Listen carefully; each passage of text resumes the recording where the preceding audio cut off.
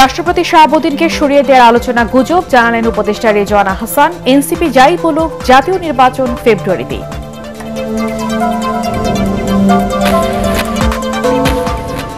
গণতন্ত্র মৌলিক অধিকার ও জবাবদিহিমূলক রাষ্ট্র প্রতিষ্ঠায় নির্বাচনের বিকল্প নেই বললেন তারেক রহমান।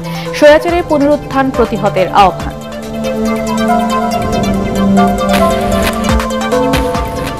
শিক্ষার্থীদের আন্দোলনের মুখে সিরাজগঞ্জে রবীন্দ্র বিশ্ববিদ্যালয়ের স্থায়ী ক্যাম্পাস প্রকল্প একনেকে অনুমোদন, অনশন ভেঙে ছাত্রছাত্রীদের উল্লাস।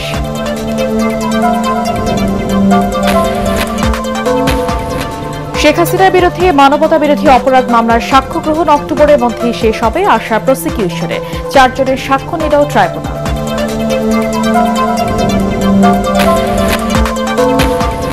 এবং যুদ্ধ বন্ধের শর্তে ইউক্রেনে আরও এলাকার দখল চান পুতিন। শান্তি চাইলে রাশিয়ার সাথে জেলেনস্কিকে সমঝোতা করার আহ্বান ট্রাম্পের।